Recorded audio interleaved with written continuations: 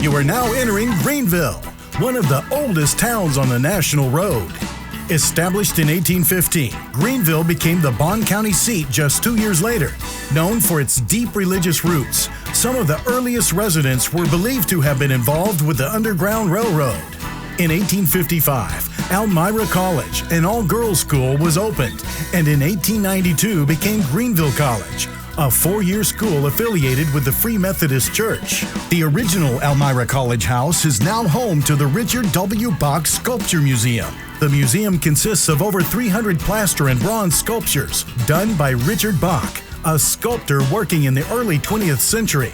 You will even find on display a few items of Frank Lloyd Wright, who was an associate of Bach.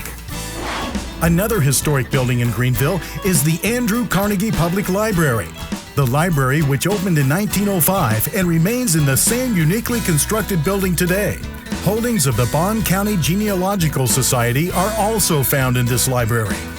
Within the town of Greenville, you can find history spanning many generations. In 1858, Abraham Lincoln spoke in Greenville during his Senate race with Stephen Douglas.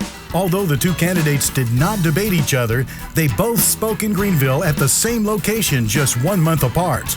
A marker on 5th Street honors the location from where Lincoln spoke.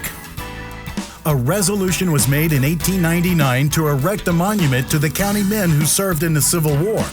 A Veterans Memorial on the West Courthouse lawn honors the veterans of Bond County. Ronald Reagan spoke at the southeast corner of the courthouse lawn when he campaigned for president in October 1980. This plaque marks the site of his visit. The city of Greenville also recognizes its farm heritage. The American Farm Heritage Museum is dedicated to preserving the farm heritage that built this country.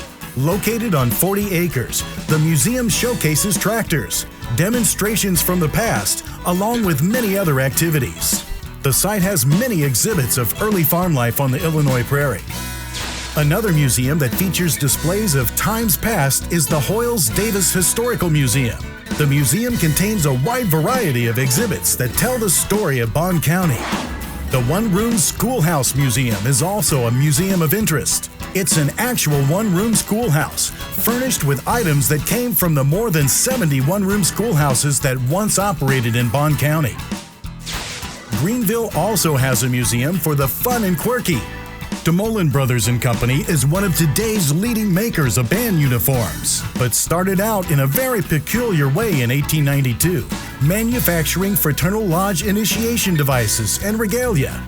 Visitors to the DeMolin Museum can see crazy contraptions like the bucking goat, trick chairs, a lung tester, lifting and spanking machine, and trick guillotine fashioned to scare the daylights out of unsuspecting fraternity pledges. Embroidery work, including band and military uniforms, is also displayed.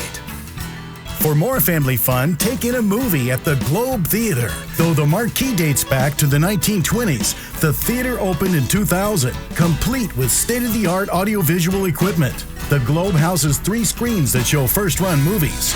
For outdoor recreation, you'll find nearby Governor Bond Lake, a fun family spot. Named for the first governor of Illinois, this lake is great for fishing, boating, camping, skiing, or just relaxing. Come explore and enjoy the treasures of Greenville as you travel the historic National Road.